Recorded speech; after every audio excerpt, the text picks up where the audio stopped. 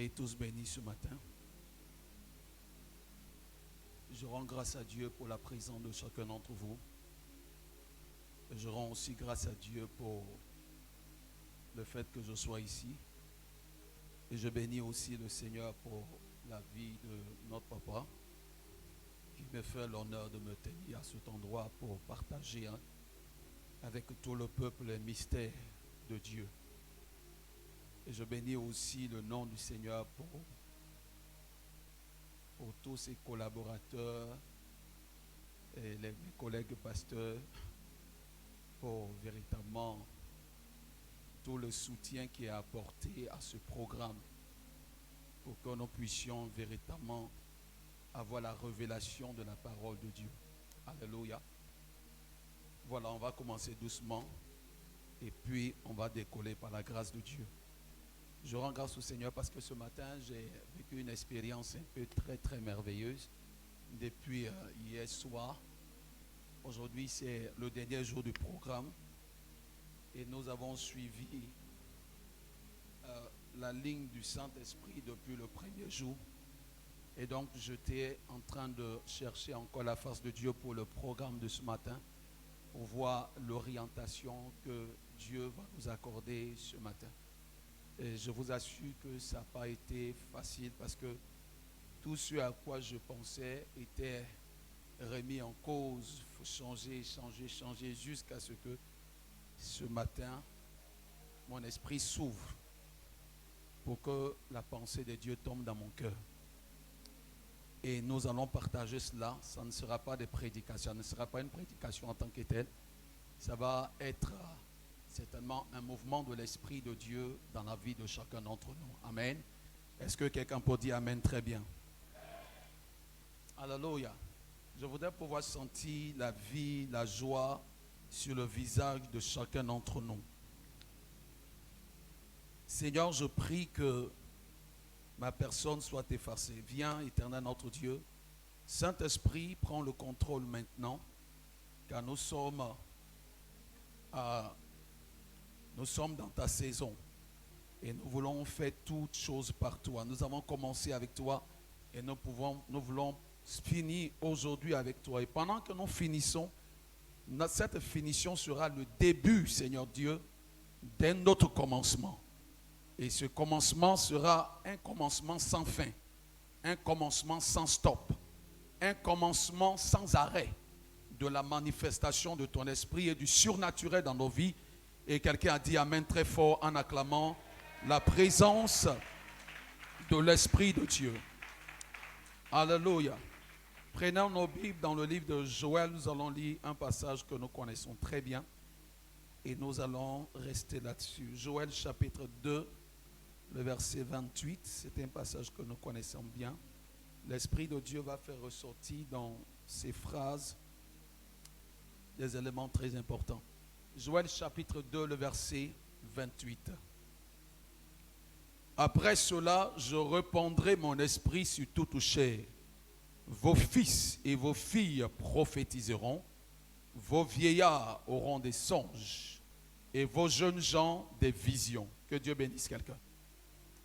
Voilà, depuis le premier jour, nous sommes en train de parler du surnaturel. Parce que nous sommes dans le domaine de l'esprit.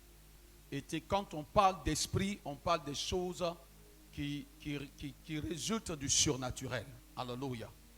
Et Dieu a créé l'homme pour vivre avec lui qui est déjà esprit. Et Dieu destine l'homme à vivre de façon surnaturelle. La preuve en est que la Bible déclare que Dieu venait chaque soir dans le jardin d'Éden pour parler avec l'homme. Donc l'homme avait déjà commencé à expérimenter une vie surnaturelle. Le fait de parler avec Dieu, le fait de causer avec Dieu, le fait de recevoir des instructions de Dieu. Dieu lui a confié la gestion de la terre. Et quand Dieu vient chaque soir pour parler avec lui, Dieu ne vient pas pour les causeries du quartier. Est-ce que quelqu'un me reçoit? Dieu ne vient pas pour des causeries de famille. Dieu ne vient pas pour dire qui a gagné, qui n'a pas gagné. Dieu vient causer des affaires du royaume. Dieu vient causer des affaires qui concernent la mission qu'il a donnée à l'homme sur la terre de dominer. Et j'ai expliqué aux gens que dominer, c'est contrôler. Quand quelqu'un vous domine, il vous contrôle. Donc Dieu demande à l'homme d'avoir le contrôle de tout ce qu'il a fait. Voilà pourquoi l'homme peut contrôler, même les animaux les plus féroces sont adoptés par l'homme. Alléluia. La mer, dans toute son agitation, l'homme a la capacité de naviguer sur la mer. C'est-à-dire que l'intelligence que Dieu lui a donnée là, il peut déjà fabriquer quelque chose, un bateau, et puis il va naviguer sur la mer et il va atteindre l'objectif qu'il veut atteindre en passant sur la mer. Donc Dieu a donné à l'homme la capacité d'avoir le contrôle. Et c'est ce contrôle-là que l'homme a perdu lorsque le diable est venu à sa rencontre. Au point où la Bible déclare que le diable est devenu le prince de l'air et que c'est lui qui règne et qui trouble les nations. Et c'est ce contrôle-là que Jésus est venu lui arracher. Est-ce que quelqu'un me suit? C'est ce contrôle-là que Jésus est venu lui arracher. La domination, Jésus l'a arraché entre les mains du diable et Jésus nous a redonné. Et il dit, je vous ai donné le pouvoir de marcher sur les serpents, sur les scorpions et sur toute la puissance du diable et rien ne pourra vous nuire. Alléluia. Et donc nous sommes partis à partir de Psaume 82. Psaume 82 du verset 6 au verset 7. Dieu dit, j'avais dit vous êtes des dieux, vous êtes tous les fils du Très-Haut. Cependant, vous mourrez comme des hommes, vous tomberez comme des hommes, des princes, un prince quelconque. Donc Dieu regarde la vie de l'être humain sur la terre. Dieu regarde le comportement des hommes. Dieu ne voit pas le surnaturel. Quand Dieu regarde une église, quand Dieu regarde un chrétien, quand Dieu regarde un enfant de Dieu, Dieu veut voir le surnaturel dans sa vie. Parce que Dieu nous a destinés à vivre une vie surnaturelle sur cette terre.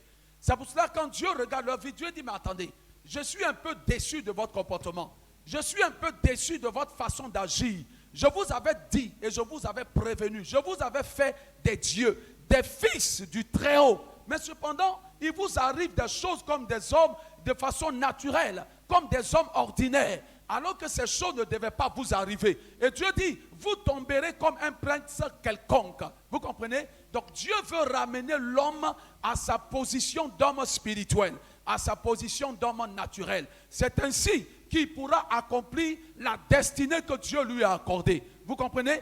Quand Dieu nous donne une destinée, cette destinée est divine. Amen. Cette destinée est spirituelle. Et tout ce qui est spirituel se règle de façon spirituelle. Tout ce qui est divin se règle de façon divine. Tu ne peux pas mener une vie naturelle et espérer accomplir une destinée divine. Ce n'est pas possible.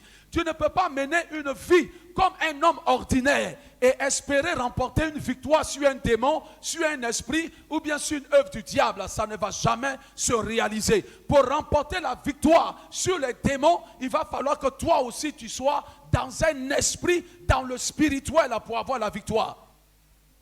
Est-ce que quelqu'un est avec moi? C'est pour cela, pour vous qui n'avez pas pu être là en semaine, franchement, nous sommes en train de rappeler cela à chaque fois. Les programmes se font en direct. Donc, si vous êtes en véhicule, vous êtes dans un embouteillage, tout ça, vous pouvez suivre ça sur votre téléphone.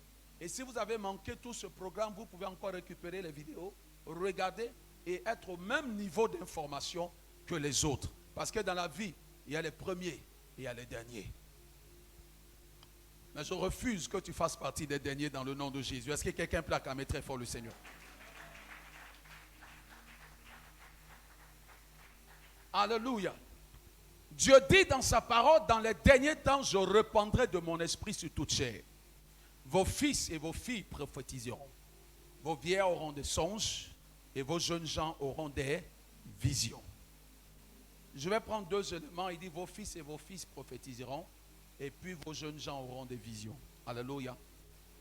Vous savez, prophétiser comme on a l'habitude de dire, de façon basique, prophétiser, c'est de parler de la part de l'Éternel. Amen. Celui qui prophétise, il parle de la part de l'Éternel. Il apporte un message de la part de Dieu. Quand Dieu dit que vos jeunes gens, vos fils et vos filles vont prophétiser, Dieu est en train de relâcher son esprit sur les jeunes gens que nous sommes pour que nous véhiculons un message de la part de l'Éternel autour de nous. Dieu a un but et son but ultime, c'est de sauver l'humanité. Son but ultime, c'est de sauver les âmes. Il va falloir que l'Esprit de Dieu nous conduise à véhiculer un message de Dieu qui va transformer la vie des gens autour de nous. Est-ce que quelqu'un me reçoit? La vie que tu mènes doit être une vie de prophétie. De sorte que les actes que tu poses soient des actes qui sont inspirés et conduits par Dieu pour que cela soit un message pour quelqu'un. Dieu veut que l'attitude que tu as, que tes prières, que ta vie de tous les jours soit comme un message qu'il apporte aux gens autour de toi. Un message à ta famille, un message à tes amis et un message même au sein de l'église. Parce que tout ce que tu fais vient de l'Éternel. C'est-à-dire que même dans ton lieu de travail, Dieu veut que tu sois tellement disposé de sorte que de par toi, Dieu puisse véhiculer un message autour de toi. C'est pourquoi Jésus dit, quand vous priez, dites que ton règne vienne. Dieu a toujours suscité des gens sur la terre pour que son règne descende quelque part. Pour que les gens reconnaissent la puissance de Dieu et se tournent vers lui. Dans toute l'histoire de l'humanité, même dans les lieux les plus hostiles, des gens ont réussi par la puissance de Dieu, par le surnaturel, à faire descendre le règne de Dieu. Et quand le règne de Dieu est descendu, l'ennemi est obligé de fléchir genoux. Au point où ici on a vu que Daniel était considéré comme un dieu là-bas à Babylone. Parce que les gens ont dit à Nebuchadnezzar que le problème que tu poses là, si ce n'est pas un Dieu qui peut résoudre ça, personne ne peut le résoudre. Mais dans le surnaturel, dans lequel était Daniel, Daniel a su imposer le règne de Dieu. Au point où Nebuchadnezzar fléchit genoux pour dire, il n'y a personne comme le Dieu de Daniel. Personne ne peut s'égaler au Dieu de Daniel. Et celui qui parle mal du Dieu de Daniel sera coupé en 1000 morceaux. La vie de Daniel a commencé comme un jeune homme ordinaire. On n'a pas dit de Daniel qu'il était prophète. On n'a pas dit de Daniel qu'il était pasteur. Sa vie a commencé comme toi et moi. Mais Daniel a compris que le Dieu qu'il adore, c'est un Dieu surnaturel. C'est un Dieu puissant. Parce que depuis même Exode, les gens ont commencé à connaître le Dieu des Hébreux. Voilà pourquoi Daniel a décidé de composer avec le surnaturel. Là où le diable avait voulu le distraire, là où les hommes avaient voulu l'éloigner, en lui donnant des aliments envoûtés, en le mettant dans un système pour les pousser à vivre comme des hommes ordinaires, Daniel s'est toujours démarqué. Alléluia. Quand on lui propose ça, il dit non, moi à mon niveau ça ne passe pas. Parce que le Dieu que j'adore ne veut pas que je fasse ça. Il s'est concentré sur les principes de Dieu qui le maintenaient dans le surnaturel. Et les gens ont vu la différence. Vous comprenez? Dieu a un objectif pour les hommes. Dieu a un objectif pour l'humanité. C'est pour cela qu'il répand son esprit. Dieu ne répand pas son esprit pour en faire ce qu'on veut. Non. Quand Dieu te donne ton esprit, il te fixe un objectif. Voilà pourquoi tous ceux que Dieu a rencontrés, tous ceux de qui nous avons parlé cette semaine, en la personne de David, le jour où Dieu prenait David, la Bible déclare que Samuel est parti vers David. Dans le livre de 1 Samuel chapitre 16, le verset 13 précisément, que David arrive et puis Samuel le oint. Mais quand Samuel le oint, c'est pour un objectif. L'objectif, c'est qu'il soit roi et qu'il gouverne en Israël. Mais dans son gouvernement, il devra réussir. Et pour réussir ta mission divine, il te faut composer avec le surnaturel. Quelqu'un n'a pas encore entendu. Mais reste tranquille, on est en train de partir très loin ce matin. Nous avons dit ici que quand Dieu donne son esprit, c'est parce que l'esprit de Dieu est l'agent exécuteur du plan de Dieu pour toi. La prophétie qui est libérée sur ta vie, celui qui doit exécuter, réaliser cette prophétie-là, c'est l'esprit de Dieu. La promesse de Dieu qui est libérée sur ta vie, celui qui doit accomplir cette promesse-là, c'est l'esprit de Dieu. Vous comprenez? Voilà pourquoi quand Dieu donne une promesse, l'Esprit de Dieu se met en mouvement. La Bible dit en Genèse chapitre 1 que l'Esprit de Dieu se mouvait au-dessus des eaux. Quand Dieu dit que la lumière soit, et la lumière apparaît. Voilà pourquoi tous ceux à qui Dieu adresse une parole, l'Esprit accompagne en même temps cette parole pour la réaliser. Il dit, vos jeunes gens, vos fils et vos filles prophétiseront. Alléluia. Nous ne venons pas de la part des hommes. Nous ne venons pas de la part d'un homme, mais nous venons de la part de Dieu. Dieu veut véhiculer un message. Dieu veut implanter son règne au travers de toi. C'est en ce moment précis que vous entendez souvent les gens dans les rues, vous êtes assis et puis quelqu'un, même dans le milieu des païens même, il croit à son ami, dit, oh que Dieu te bénisse aujourd'hui. Alléluia. Amen. Il dit ça va aller demain. D'ici demain, Dieu, tu vas voir, la situation sera décantée. Dire, oh prophète, tu as prophétisé. Alléluia. Parce qu'on vient de dire nos paroles sur sa vie, alors il pense que le gars il a prophétisé. Parce qu'en réalité, le plan de Dieu pour celui à qui il a parlé là, c'était de le bénir. Dieu n'a jamais élaboré un plan pour maudire qui que ce soit. Il dit, je connais les projets que j'ai formés sur vous. Ce sont des projets de paix et non des projets de malheur, afin de vous donner un avenir et de l'espérance. Donc quand quelqu'un se met devant toi, pendant que tu traverses des moments difficiles, et puis il te dit que Dieu va t'aider, c'est comme une prophétie que tu reçois. C'est comme s'il est en train de te donner un message venant de Dieu. Vous comprenez? Donc l'Esprit de Dieu vient pour exécuter le programme de Dieu dans ta vie.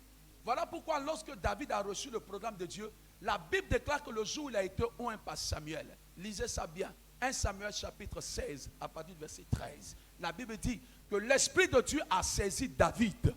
Et depuis ce jour, jusque dans la suite, c'est-à-dire que dans les années qui ont suivi, il n'y a pas eu d'arrêt, il n'y a pas eu de relâchement, il n'y a pas eu de, de stop. L'Esprit de Dieu a continué d'agir dans la vie de David à cause de la parole qui a été libérée sur sa vie. Comme quoi, Dieu veut certainement agir au milieu de ce peuple-là. Parce que ce peuple-là était dominé par des ennemis. Ce peuple était dominé par les Philistins. Qui est-ce qui allait relever le défi? Donc Dieu choisit David et Dieu positionne David et l'Esprit de Dieu l'accompagne. Quand l'Esprit de Dieu t'accompagne pour accomplir ta destinée, tu ne joueras jamais. Tu ne joueras jamais. Voilà pourquoi là où les autres ont échoué, si l'Esprit de Dieu t'accompagne et que tu opères dans le surnaturel, toi tu ne joueras pas. Toi tu réussiras. Toi tu feras les exploits que les autres n'ont pas pu faire. Alléluia. C'est un honneur, c'est un privilège et c'est une gloire pour un enfant de Dieu de se faire accompagner par la puissance de Dieu, de se faire accompagner par le surnaturel, de se faire accompagner par la force de Dieu. Revenons dans Jean chapitre 3, à partir du verset 8. Jésus va dire une parole à Nicodème. Nicodème est venu de nuit pour dire à Jésus, nous on sait que tu es un docteur, que tu viens de Dieu, que Dieu est avec toi. Dis à ton frère, Dieu est avec toi. Quand on dit Dieu est avec toi, alléluia, c'est son esprit aujourd'hui qui est avec nous. Il dit, on sait que Dieu est avec toi, parce que personne ne peut faire ce que tu fais si Dieu n'est pas avec lui. Jésus cause avec Nicodème. Et puis finalement, il dit à Nicodème, le vent qui souffle, on ne sait pas là où le vent est quitté. On ne sait pas où ça va. On entend seulement le bruit. Il dit, c'est ainsi que ressemblent en fait tous ceux qui sont nés de l'esprit. Écoutez-moi bien. Quand un enfant est dans le ventre de sa mère, il n'est pas encore né. Ça va? Quand un enfant est dans le ventre de sa mère, il n'est pas encore né. C'est le monde dans lequel nous vivons là. On ne le compte pas dedans. Quand on fait le dénombrement là, on ne le compte pas dedans. Parce qu'il n'est pas encore né. Le jour où il sort là, on va dire maintenant il est né. Il est venu dans notre monde. Alléluia. Quand Jésus dit tous ceux qui sont nés de l'esprit, ce sont des gens qui entrent dans le mouvement de l'esprit. Sinon, tant que tu n'es pas encore entré là, tu n'es pas encore né. Mais quand tu es entré, l'esprit de Dieu te prend en charge. Il dit, tu deviens comme un vent. Alléluia. Tu souffles. On ne sait même pas où tu te quitter. Et puis on ne sait pas où tu vas. En fait, le vent c'est quelque chose qu'on ne peut pas maîtriser. Quelque chose qu'on ne peut pas arrêter. Voilà pourquoi dans certains pays, il y a des vents qu'on ne peut pas bloquer. Vous croisez les vents qu'on appelle les typhons, vous ne pouvez pas les arrêter. Ce sont les vents qui sont capables de casser les maisons les plus solides, de casser les barrières les plus dures. Voilà pourquoi David a terrassé Goliath. Parce que David était dans l'esprit et il était considéré comme un vent. Ce Goliath ne pouvait pas l'arrêter. La muraille de Jéricho ne pouvait pas les arrêter. La force diabolique ne pouvait pas les arrêter. Parce qu'ils sont considérés comme un vent. La puissance qu'il dégage est équivalent à la puissance d'un vent qu'on ne peut pas maîtriser. Entrons tous dans l'esprit de Dieu. Personne ne nous arrêtera. Dans nos familles, personne ne nous arrêtera. Dans nos lieux de travail, personne ne nous arrêtera. Dans nos lieux, dans notre service, personne ne nous arrêtera. Dans la Côte d'Ivoire, personne ne nous arrêtera. Dans ce quartier, personne ne nous arrêtera. dans ta famille, personne ne t'arrêtera parce que tu seras comme un vent. Même si ta capacité n'est pas encore puissante, tu n'as pas une grande vie de prière, tu n'as pas une grande onction, mais les épreuves de ta vie vont certainement être à la dimension de ce que tu connais. Et quand tu seras confronté à une plus grande épreuve, tu vas entrer dans la présence de Dieu et Dieu te donnera une plus grande onction et tu vas remporter la victoire. Je ne suis jamais assis pendant des années pour pleurer devant peut-être une perte ou bien un échec. Je me dis, je n'ai pas été à la hauteur, mais il faut que je revienne à la charge. Vous comprenez? Il faut que je revienne à la charge. Parce qu'en réalité, nous devenons comme du vent. Dieu veut nous faire entrer dans l'esprit. Celui qui compose avec l'esprit de Dieu, il est comme un vent. Il ne peut pas échouer. Vous comprenez? Que personne ne peut donner même une direction à un vent. Vous comprenez? Quand le vent est en train d'aller quelque part, et puis tu veux mettre des barrières pour que le vent change de trajectoire, tu ne pourras pas. Si c'est là que le vent doit passer, la barrière est obligée de te briser. S'il vous plaît.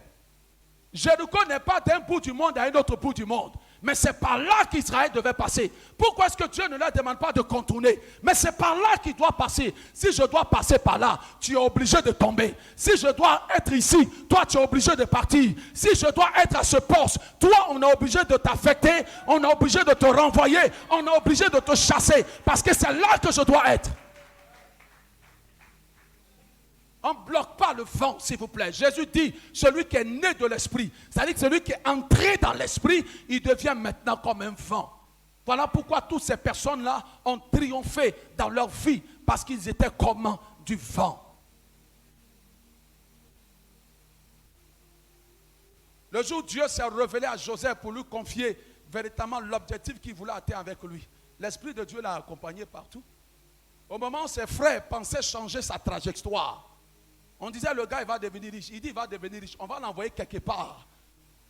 Mais la Bible dit quand le vent souffle, on ne sait pas où ça quitte et puis on ne sait pas où ça va. Toi tu ne sais pas où je vais. Mais Dieu seul sait où il est en train de m'amener. À leur grande surprise, là où ils ont voulu envoyer Joseph là, ce n'est pas là-bas ils l'ont envoyé. Vous comprenez? Parce que Joseph a été vendu comme un esclave. Dans leur esprit, Joseph devait être envoyé quelque part en train de travailler dans la plantation de quelqu'un. En train de travailler dans la maison de quelqu'un. Où on est chaque jour en train de le fouetter. En train de le marquer au fer. Où on est chaque jour en train de crier sur lui. Où un jour même le maître même peut le revendre quelque part. Où on est en train de le maltraiter comme les gens ont fait lors de la traite négrière. Mais à leur grande surprise, ils n'ont pas pu envoyer Joseph là où ils voulaient les envoyer. Là où ils voulaient l'envoyer. Et à leur grande surprise, ils ont croisé le gars là où Dieu voulait qu'il soit. Dieu voulait qu'il soit dans la maison de Pharaon. Dieu voulait qu'il soit à la tête de l'Égypte. Dieu voulait qu'il soit assis là où il était assis. C'est là que Dieu voulait l'emmener. Est-ce que je parle à quelqu'un? Il dit, vos jeunes gens, vos fils et vos filles prophétiseront. Frères et sœurs, nous sommes très jeunes ici. Et c'est à vous que cette parole-là s'adresse. Nous avons un message à véhiculer de la part de Dieu. Nous ne parlons pas de nous-mêmes. Peut-être quelqu'un peut nous voir, on n'est rien. Mais ce qui est en nous est quelque chose. Vous comprenez? Le message qui est en nous est quelque chose. La gloire de Dieu qui est en nous est quelque chose.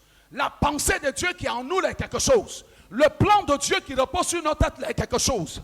Là où Dieu va nous amener demain, là, c'est quelque chose. Parce que ce n'est pas aujourd'hui là qui est important. Aujourd'hui, là, on est en train de travailler pour demain. On est en train de travailler pour devenir la personne que Dieu veut qu'on devienne.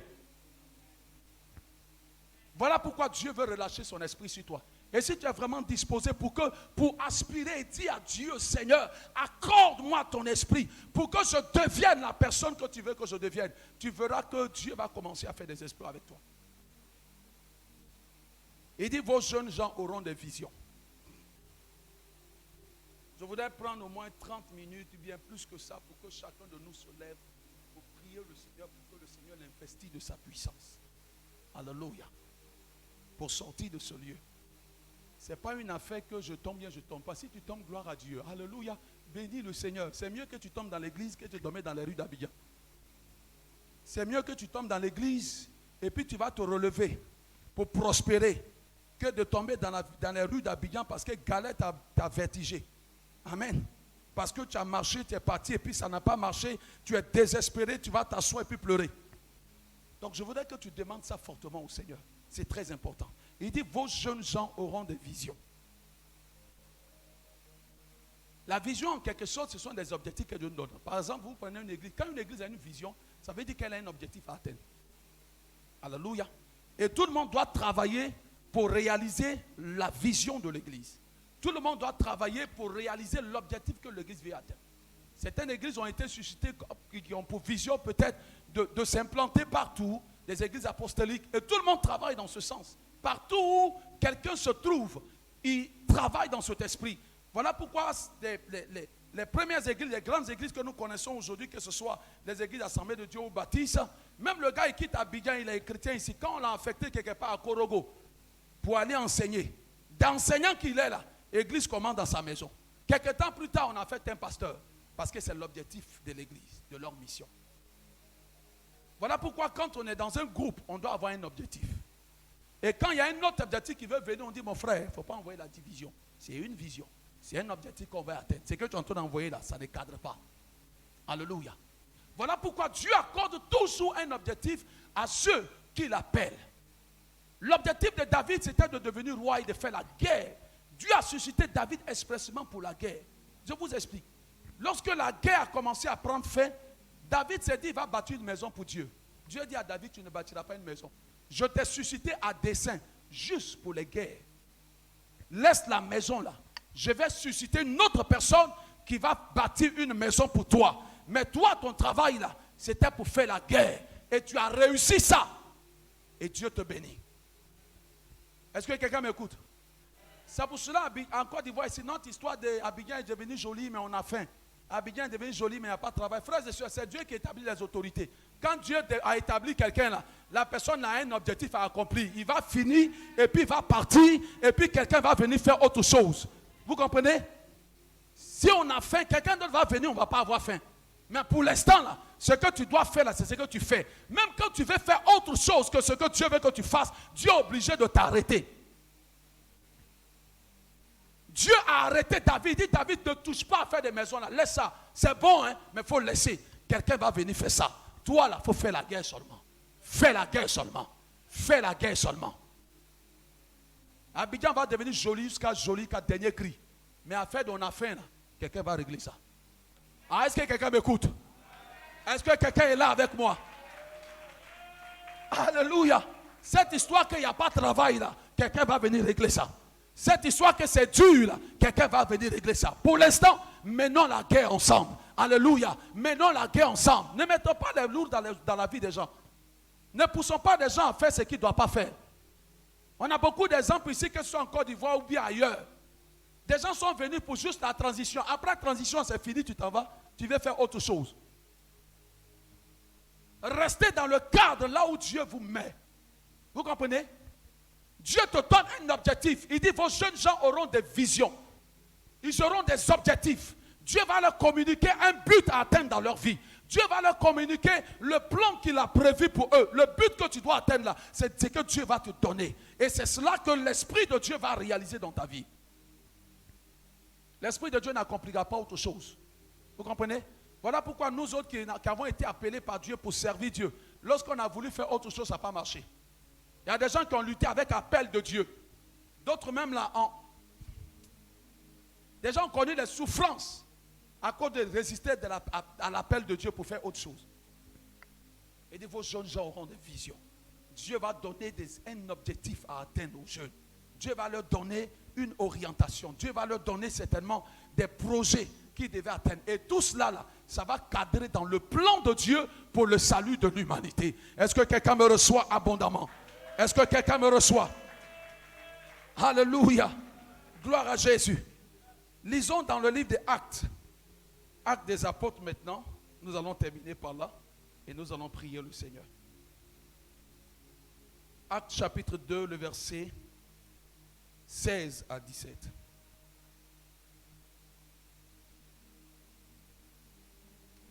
Actes chapitre 2, le verset 16. Actes chapitre 2, verset 16 à 17. Oui. Mais c'est ici ce qui a été dit par le prophète Joël. Dans les derniers jours, dit Dieu, Je répandrai de mon esprit sur toute Je chair. répandrai de mon esprit sur toute chair. Vos fils et vos filles prophétiseront.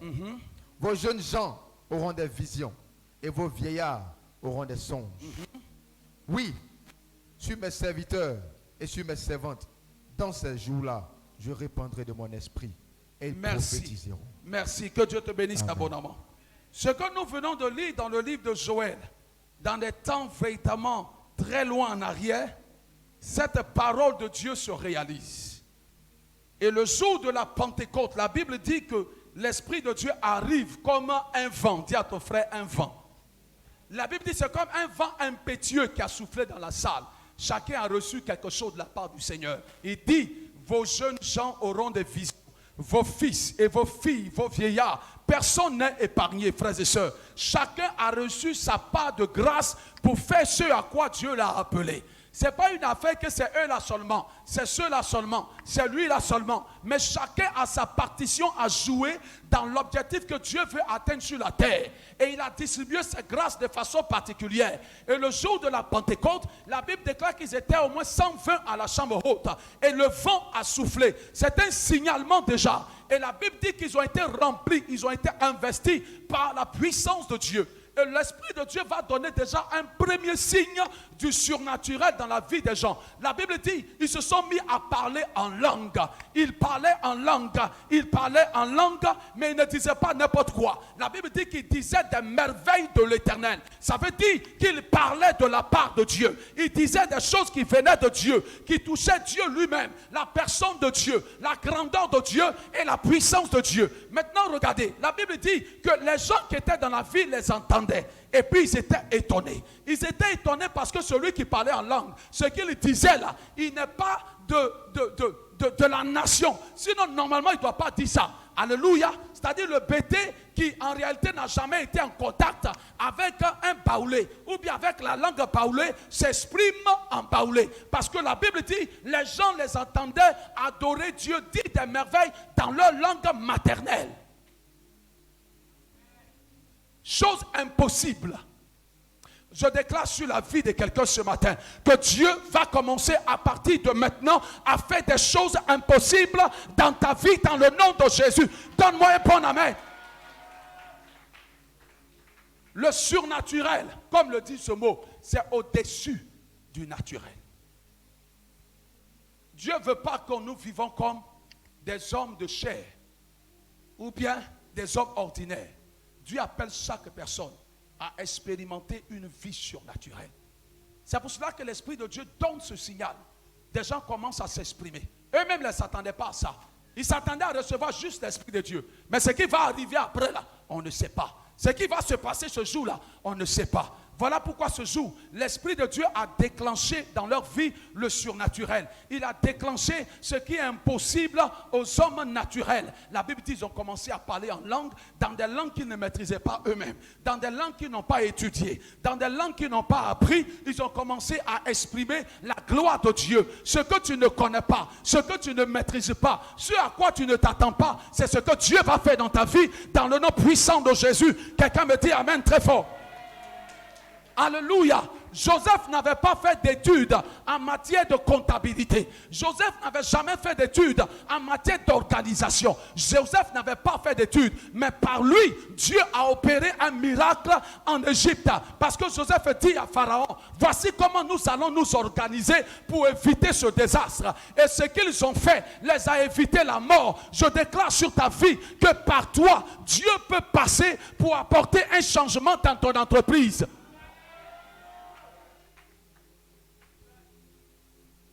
Papa, je sens que je veux, depuis hier, l'Esprit de Dieu est en train de me révéler une révélation que j'avais partagée avec toi, ou dans un temps de prière, dans une vision, vous m'avez demandé de prier pour les gens pour les travailleurs. Dans cette vision, c'était là, comme ça. J'ai déjà vécu une expérience comme ça où je devais aller à un programme. Et pendant que j'étais en train de prier pour le programme, le Seigneur me montre une vision du programme. Le programme n'a pas encore eu lieu. Vous me suivez? Le programme aura lieu dans 1 ou 2 jours. Donc pendant que je priais, je me trouvais à l'église Et tout le monde était là. Et pendant que on priait, j'avais mes collègues, le pasteur Israël, tout le monde avait un sujet que papa lui donnait pour prier. Et quand arrivé à mon niveau, papa m'a demandé de prier pour des gens, pour qu'ils travaillent, pour le travail des gens. Et on était en train de prier le Seigneur, et puis je me suis levé. Et cette même expérience, je l'ai vécue une fois où j'étais en train de préparer un programme. Et puis pendant que j'étais couché, j'ai vu comme le déroulement du programme. Je ne sais pas que c'est comme ça va se dérouler, mais j'ai vu des gens assis et puis voilà, on a prêché. Et puis le lendemain matin, je vous assure, quand je suis arrivé au programme, tout ce que j'ai vu dans la vision, c'est eux qui étaient au programme. Là où ils étaient assis, là, le gars qui était assis là, c'est là-bas, il est assis. La tenue qu'il a portée en vision, c'est la même tenue qu'il a eue. Il était assis. Le nombre de personnes, il n'y a pas eu plus, il n'y a pas eu moins. Chacun était là. Et dans la vision, j'étais en train de prier, mais j'avais demandé aux gens de s'aligner, de se mettre, de former un rang pour que je puisse prier pour chacun d'entre eux. Et cette partie de la vision-là s'est évaporée, s'est évanouie. Je me suis juste rappelé du nombre de personnes de là où chacun était assis. Donc je viens et puis je me rappelle que waouh, c'est ce que Dieu m'a dit. C'est qu'aujourd'hui Dieu va se glorifier. Donc, dans la vision, je ne me suis pas vu prêcher, je me suis vu juste en train de prier pour les gens qui étaient arrêtés. Donc j'ouvre ma Bible et j'essaie de prêcher. Mais je prêche moi, mais je sais que ça ne va pas. Alléluia. J'ai du mal même à agencer les mots. J'ai du mal même à parler. Finalement, je m'étouffais et j'étais obligé d'arrêter de parler. Et j'ai demandé aux gens de lever les mains de là où ils sont pour que je puisse prier pour eux. Pendant que les gens ont les mains levées, tout ce que je dis, j'ai l'impression que je m'étouffe encore, que ça ne passe pas. Et sans ce principe, pendant que je priais au Seigneur, je disais au Seigneur, ah Seigneur, qu'est-ce que je dois faire? Ça dit, je dis un mot là, je me dis un mot, je parle. Et c'est là que la partie du fil où les gens se sont mis en rang là, cette partie est revenue. Et puis j'ai maintenant demandé aux gens, ok, sortez de vos rangées, mettez-vous en rang. Alléluia. À partir de ce moment, j'ai même pas encore fini de dire une seule phrase sur la première personne qui est devant moi, que la cinquième personne déjà est saisie par l'Esprit de Dieu. Je n'ai pas encore fini avec la deuxième personne, que la troisième personne est déjà sous la puissance de Dieu et des esprits étant en train de pousser des cris et puis partir. Ce que je suis en train de vous dire, c'est que Dieu a donné des objectifs à chacun d'entre nous. Et c'est dans ces objectifs-là que Dieu veut glorifier son nom. Et vous allez remarquer que Dieu nous a installés dans des différents endroits dans la société. Et c'est là où Dieu t'a installé là que Dieu veut pouvoir glorifier ton nom. Si Dieu t'a fait naître dans une famille, c'est dans ta famille que là ça va commencer. Vous comprenez? Et quand Dieu te fera la grâce un jour d'aller à l'école, dans ton école là, Dieu doit pouvoir implanter, sinon démontrer son règne. Et quand Dieu te fera la grâce de commencer à travailler dans ton lieu de travail, c'est là aussi que Dieu doit pouvoir te visiter pour déployer sa puissance avec toi. Voilà pourquoi ces grandes personnalités, que ce soit Daniel, que ce soit Shadrach, que ce soit Jacob, dans les différents lieux où ils ont été là, c'est là que Dieu a glorifié son nom. Ils étaient comme du vent, on ne pouvait pas les arrêter. Vous comprenez?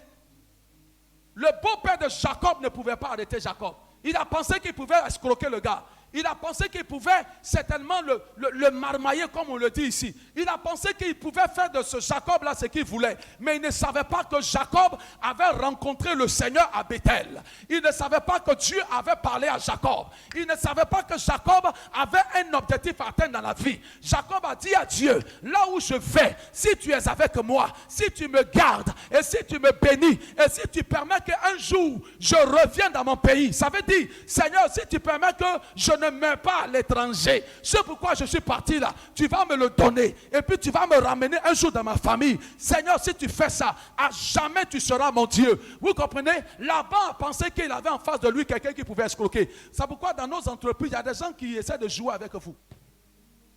Amen. Ils pensent pouvoir vous duper. Ils pensent pouvoir vous escroquer. Ils pensent pouvoir vous mener la vie dure. Mais Laban a apprécié la puissance du Dieu de Jacob. S'il vous plaît. Jacob dit à son beau-père, j'ai travaillé pour toi pendant 10 années, pendant plusieurs années, mais 10 fois tu as changé mon salaire. Au moment où tu dois me donner 40 000, c'est là que tu viens me raconter ta vie pour me donner 10 000. Au moment où tu dois me donner 200 000, tu viens, tu trouves quelque chose à dire pour me donner 1000 francs. Mais Dieu a regardé tout ce que tu m'as fait et Dieu t'a dépouillé. Il a pris tout ce que tu as et puis me l'a donné. Mais regardez comment Dieu a dépouillé Laban. Un ange de Dieu parle à Jacob dans un songe pour dire voici ce que tu dois faire. Pendant que Laban le met ici, l'ange de Dieu le met là. Pendant que Laban le bloque ici, l'ange de Dieu le fait sortir là. Et Dieu a pris toutes les richesses de Laban. Il a donné à Jacob. Jacob est quitté chez Laban avec presque tout. Jacob est quitté chez Laban plus riche que Laban lui-même. Vous comprenez? Parce que c'est la fin qui est le plus important. Et c'est dans ça que nous sommes. C'est pourquoi il dit, dans ces derniers temps. Quand on dit dernier, là, c'est dit vers la fin. C'est là-bas qu'on est. Vous comprenez? Il dit, il va te donner son esprit. Et puis tu auras un objectif. Et l'objectif que Dieu va te communiquer, c'est ce que Dieu va atteindre avec toi. Quelqu'un dit amen très fort dans le nom de Jésus. Quelqu'un dit amen très fort dans le nom de Jésus. Alléluia. Alléluia. Le jour de la Pentecôte, l'Esprit de Dieu est descendu. Et c'était le début d'une vie surnaturelle qui va être menée. Je voudrais, frères et sœurs, que nous prions le Seigneur. Que nous arrêtions un peu de nous lamenter à un certain moment donné de notre vie. Que nous arrêtions de nous apitoyer sur notre sort. Mais que nous regardions qu'en réalité, nous ne sommes pas des hommes ordinaires. Il peut arriver que des erreurs soient commises dans ta vie et que tu te retrouves dans une situation très compliquée. Mais le Dieu que tu adores, la Bible appelle le Dieu de la grâce. Alléluia. Il a regardé Samson un jour pendant que Samson avait perdu son côté surnaturel. Et Samson pleurait dans la prison. Et un jour, Samson a dit à Dieu, Seigneur, souviens-toi de moi. Les mêmes paroles que Dieu disait dans Somme 82, il dit, j'avais dit, vous êtes des dieux, vous êtes des fils du Très-Haut. C'est ça Samson est en train de dire à Dieu, il dit, Seigneur, souviens-toi de moi. Le souviens-toi de moi là, ça ne veut pas dire que Dieu a oublié Samson. Ça ne veut pas dire que c'est sorti de sa tête. Mais Samson est en train de dire à Dieu, Seigneur, c'est moi Samson. Alléluia, c'est moi Samson. Ou bien, souvent quand vous croisez vos amis dans le quartier, avant c'était chic. Alléluia. Mais le gars, Dieu l'a béni, il fait comme s'il ne te voit pas. Depuis il a commencé à travailler là, même quand il passe, il te voit, il monte vite des voitures. À cause de toi, il a teinté vite là. Pour ne même pas que tu saches qu'il t'a vu. Est-ce que quelqu'un me suit? Alléluia. Mais le jour où tu le croises quelque part, tu lui dis, mon ami, mais tu m'as oublié. En fait, ce n'est pas que tu es sorti de sa tête. C'est parce qu'il ne veut plus faire, il veut plus faire quelque chose avec toi. Il ne veut plus aller boire avec toi. Il ne veut plus te dépanner. C'est ce qu'on appelle l'oubli. Donc, comme Samson avait perdu la grâce, Dieu ne faisait plus rien avec lui. Il était dans la prison. Donc, Samson a pris son courage à deux mains. Il dit, Seigneur, souviens-toi de moi. C'est moi Samson, hein? Alléluia. Est-ce que quelqu'un me suit? Il dit, Seigneur, c'est vrai qu'aller là, c'est compliqué. Mais c'est moi Samson. Alléluia. Ma maman était enceinte, elle m'a dit ça. Et c'est toi qui as dit que j'allais naître. C'est moi Samson, à qui tu as donné l'onction, qui terrassait les Philistins. Seigneur, c'est bel et bien moi. Et puis je suis ici. C'est vrai que j'ai déconné. Je reconnais mes fautes. Je reconnais mes erreurs. Mais s'il te plaît, il ne faut pas me laisser là. Ma vie ne doit pas terminer ici. Ma vie ne doit pas se terminer ici. Seigneur, il faut faire quelque chose. Et quand Dieu a écouté cette parole qu'il a dite, la Bible déclare que le Seigneur Jésus-Christ, sinon la puissance de Dieu, s'est mis déjà en action pour Samson. Et puis Samson se retrouve dans une situation où la puissance de Dieu doit démontrer à ses ennemis qu'il est là. Tu ne vas pas terminer ta vie dans la misère tant que tu n'as pas accompli l'objectif que Dieu t'a donné. Tant que tu n'as pas réalisé la vision de Dieu dans ton cœur. Il dit, vos jeunes gens auront des visions.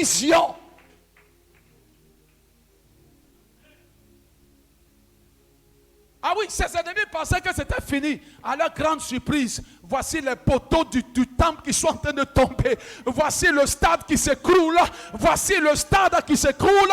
Voici la tendance qui est renversée. Le général revient. Le héros revient. La puissance de Dieu est au rendez-vous et les choses peuvent maintenant commencer. Le surnaturel.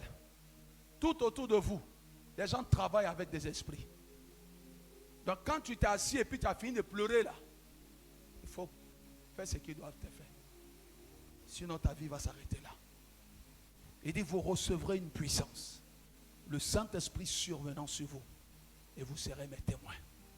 Je disais aux gens en semaine que chacun doit être témoin de sa propre expérience. Il doit pouvoir raconter les merveilles que Dieu aura faites dans sa vie. C'est pourquoi David dit, je ne mourrai pas, je vivrai. Et je raconterai les merveilles de l'Éternel. Quand il dit je ne mourrai pas, je vivrai. Dans je vivrai là, il y a je vais travailler. Je vais. Ah, alléluia. Quand tu vis, tu n'es pas assis quelque part pour respirer.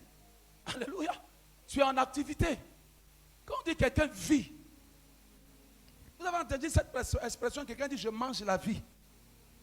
Vous avez entendu ça? Ah non, non, non, non, non, ne me dis pas que tu n'as pas entendu ça. Alléluia. Ici en Côte d'Ivoire, quand quelqu'un dit je mange la vie, il veut dire qu'il est en train de s'épanouir.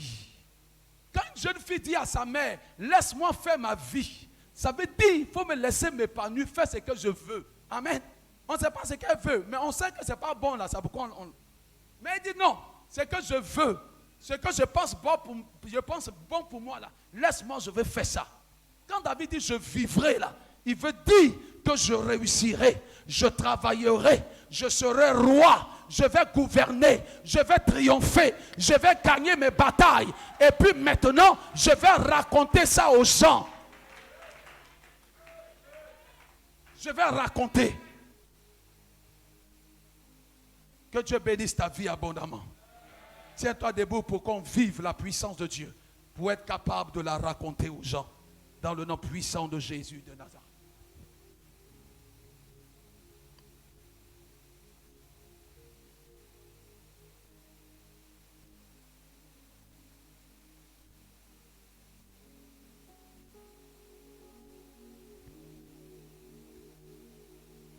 Alléluia.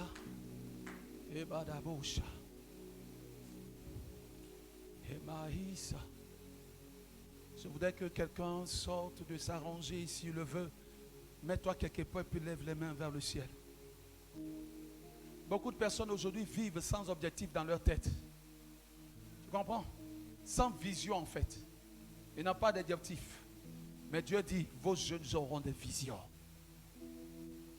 Tu as un objectif que Dieu va mettre dans ta vie. Et l'Esprit de Dieu va t'accompagner dans ça. Alléluia. Chantons ensemble. Et laissons l'Esprit de Dieu nous envahir ce matin. Saint-Esprit, je m'attends. Oh, pendant longtemps, j'ai vécu comme un esclave, comme un moins que rien, comme un homme vil, comme un homme banal. Mais à partir de maintenant, Seigneur, nous voulons expérimenter. Nous voulons t'expérimenter. Dans notre vie aujourd'hui, yes, nous voulons t'expérimenter. Ce que tu as fait avec Jacob, ce que tu as fait avec Abraham, Seigneur, nous voulons l'expérimenter. Lèvons ensemble la voix. Dis-lui que tu t'attends à lui. Il va entendre ta voix. Il va t'entendre. Oui, comme Samson a prié, Dieu l'a entendu. Et Dieu ne l'a pas laissé dans la prison. Je ne sais dans quelle prison tu es, mais il ne te laissera pas dedans. Dans quelle situation tu te trouves, il ne te laissera pas dedans. Ah! Oh yes! À toi.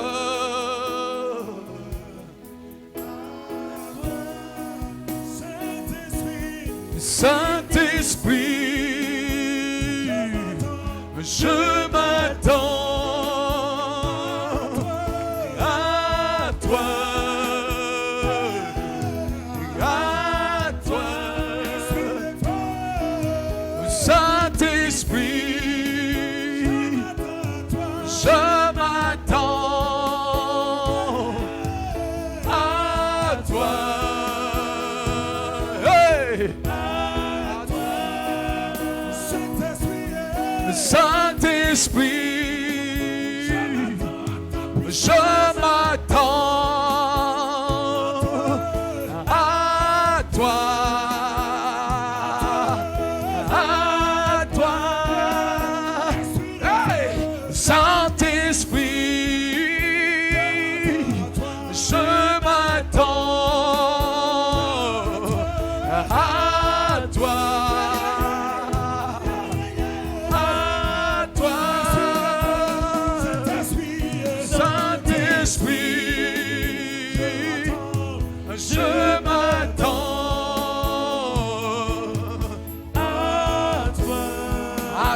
Seigneur. à toi. Samson était dans la prison et il disait à Dieu, faut te souvenir de moi. Seigneur, je m'attends à toi. Je ne sais dans quelle situation tu te trouves, mais s'il tombe sur toi, tu vas sortir de là très vite. Je ne sais pas dans quelle situation les esprits t'ont verrouillé, mais s'il tombe sur toi aujourd'hui, tu vas sortir très vite. Je ne sais pas dans quel système, dans ton lieu de travail, tu as été mis, mais si l'Esprit de Dieu te touche,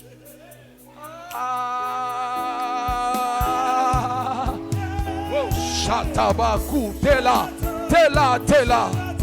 para sekulande, ila pa solaye, para kaya baba, seti seporabaya, de rokobodi baya baya baya baya baba.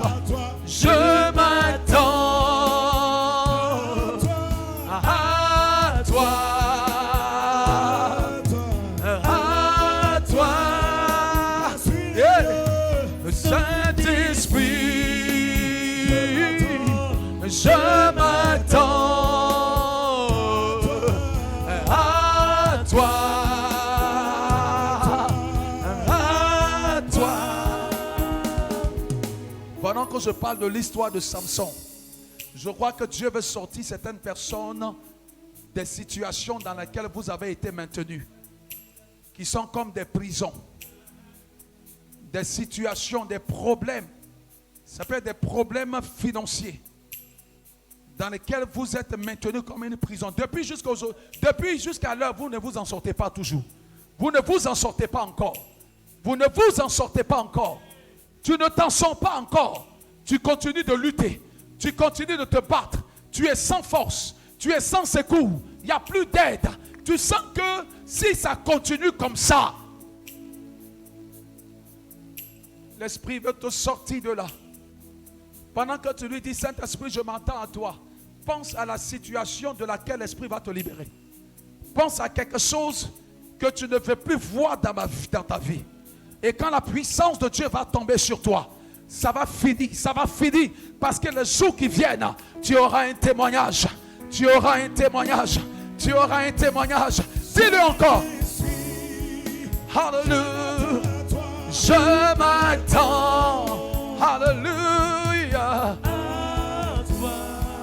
Alléluia, Sorabayosh, Saint-Esprit. Oh Seigneur, souviens-toi de nous, Papa. Saint-Esprit, Saint-Esprit, Saint-Esprit, nous avons besoin de toi. Pour atteindre nos objectifs, Saint-Esprit, nous avons besoin de toi. Nous avons besoin de toi. À toi, Seigneur.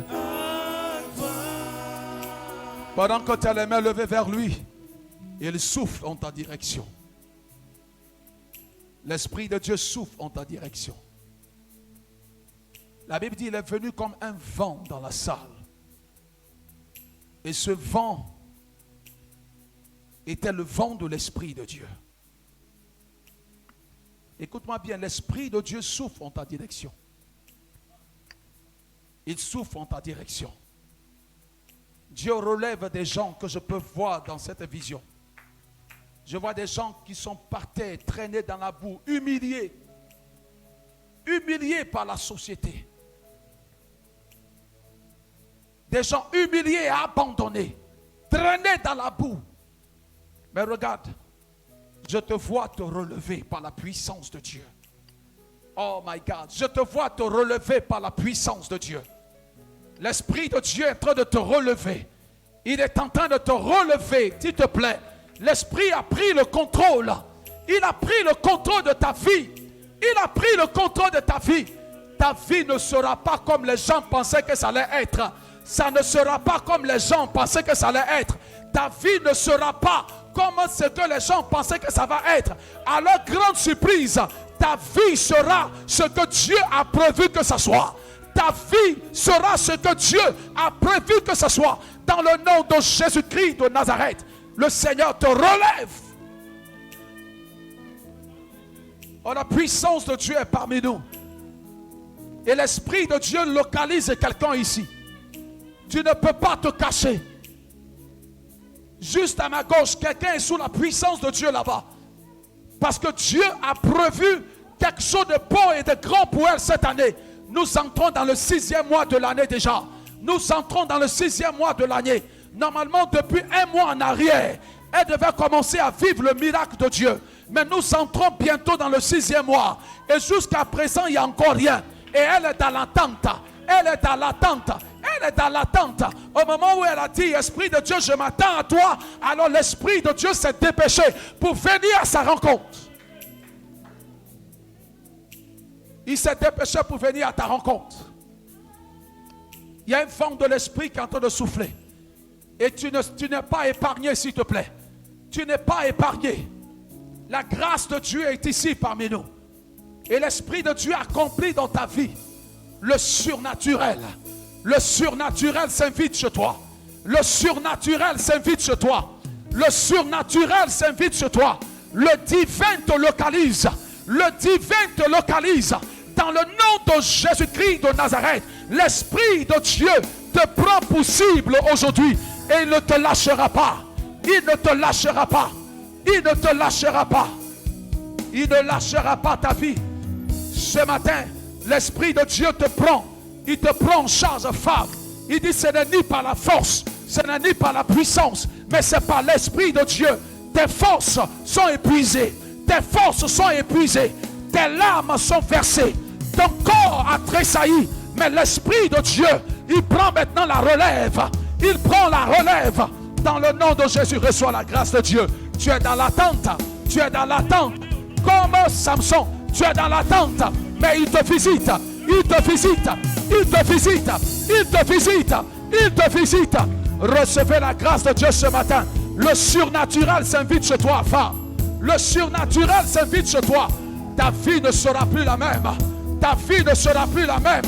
Ta vie ne sera plus la même. Frère, le surnaturel est à portée. Le surnaturel est à portée. Dieu t'a localisé. Tu fais partie des projets de Dieu. Tu fais partie du plan de Dieu. Tu fais partie. Tu en fais partie. Tu en fais partie. Ton passé ne sera plus rien. Ton passé ne sera plus rien. Le Seigneur te réserve. Enlevez la derrière. Parce que cet homme est sous l'onction de Dieu. Le Seigneur va le conduire dans sa véritable identité. Il a été maintenu dans une prison. Il a été maintenu dans une prison pendant des années. Sa vie a été un échec. Sa vie a été un échec. Mais à partir de maintenant, sa vie aura un objectif.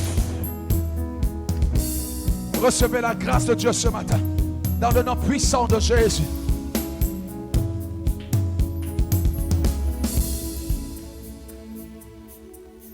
Dis avec moi, Saint-Esprit, je m'attends à toi. Dis-lui, Saint-Esprit, j'ai besoin de toi. Dis-lui encore, Saint-Esprit, j'ai besoin de toi. Saint-Esprit, je reconnais aujourd'hui que je suis fils du Très-Haut. Du Très-Haut. Saint-Esprit, je suis fils du Très-Haut. Du Très-Haut. Pendant que tes mains sont en train de s'enlever et que tu es en train de parler à l'Esprit de Dieu. Regarde, l'Esprit de Dieu est en train d'organiser les choses autour de toi. Et l'Esprit de Dieu va te faire entrer dans son air. Juste derrière l'onction de Dieu en train de la visiter. L'onction de Dieu est en train de la visiter. Dans le nom puissant de Jésus-Christ de Nazareth. Le Seigneur va honorer cette femme dans le fond là-bas. Le Seigneur va honorer sa vie. Parce que l'Esprit de Dieu la prend vraiment sur un siège qui ne ressemble à rien. Pour la faire asseoir sur un siège de gloire. Sur un siège de gloire. Dieu te fait asseoir sur un siège de gloire. L'Esprit de Dieu va te faire entrer dans des lieux très élevés. Il va te faire entrer dans les lieux très élevés. Dans le nom puissant de Jésus-Christ de Nazareth. Garde juste les mains levées vers le ciel. Et dis-lui, Saint-Esprit, je m'attends à toi. Oui, parle au Seigneur. Parle au Seigneur. Il te visitera certainement.